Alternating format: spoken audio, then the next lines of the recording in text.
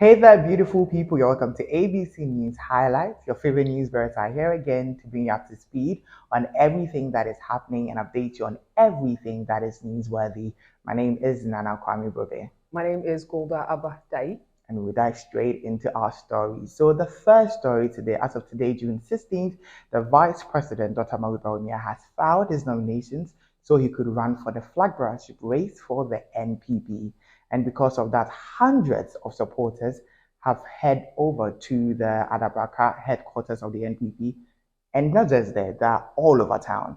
So at Dome, I saw like branded buses, Kofor buses, and followed by motorcyclists, just making noise and jamming and just cheering the man on, even though he's not there. And when I got to Osu, there was a whole traffic that had been caused because of these buses and these cyclists that are heading over to the headquarters. And I just have one question. What is the point of the crowd? I suppose they've been waiting for this day, so they are super excited. I love that for them. I mean, excitement is a great thing. And if you found a leader you believe is capable enough, I think you would cheer him on as much as you can. So, yes, we wish him all the best and we wish all the supporters all the best as well because it's going to be quite a very challenging race. And to add more information to that, so a survey that was conducted by Global Info Analytics and CCTV and FM among new Patriotic Party delegates have indicated that Dr. Bawumia secured 34.8% of the vote, and he's the leading aspirant that the NPP delegates want to be the party leader. However, former Trade and Industry Minister Alan Kojo-Chamatin followed up with a 27.9% of the votes, and Kennedy Ohine Japan, as Central MP, followed up with 12.5%. Interesting. So yeah, I think that's the only survey I've recently found on regards to how it's going to go. Ben Essen did predict the NDC primaries. So I think I'm looking forward to hear what he also has to say when it comes to the NPP primaries. But yes, all the best to the Vice President, Dr. Bawumia. Yes. On to our second story for the day. So the Office of the Special Prosecutor has given us a public notice, and it says the Office of the Special Prosecutor, in the exercising of its powers, can arrest you without a warrant. And this is coming after the Human Rights Division of the High Court released an injunction to prevent him from arresting the former secretary of the Inter-Ministerial Committee on Illegal Mining, Mr. Charles Komon Onyawantu Bisiu. He said, "It's not in all cases that law enforcement agencies must arrest with a warrant. You can arrest without a warrant under Section 10.2 of Act 30. If OSP or any law enforcement agency has information that you are outside the country although wanted, they issue Interpol Red Alert Notice. The fact that OSP did not go to Interpol means it is well aware that the suspect is in Ghana but has refused to avail him or herself."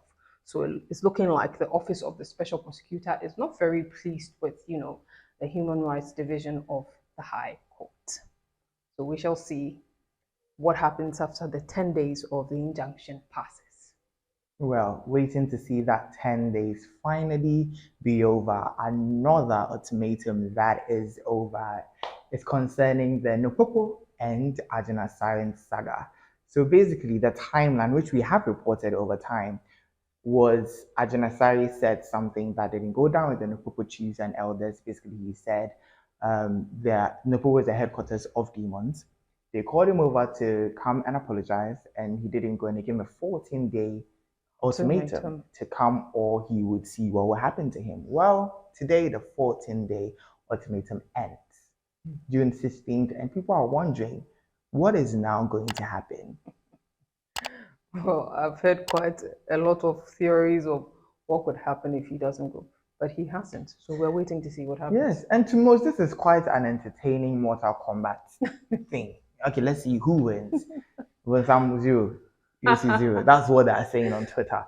But then I'm particularly excited because I think this news is just I think it goes beyond the combat of spiritualities. We are just asking ourselves, I think, as I said before, it's a matter of tribalism as much as it's about religion.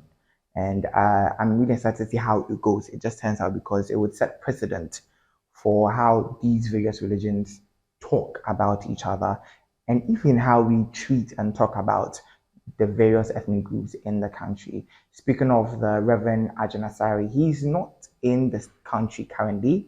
He's in the United States, and he took to his Facebook to post that he met with the Biden administration. Yes, at the U.S. Department of State.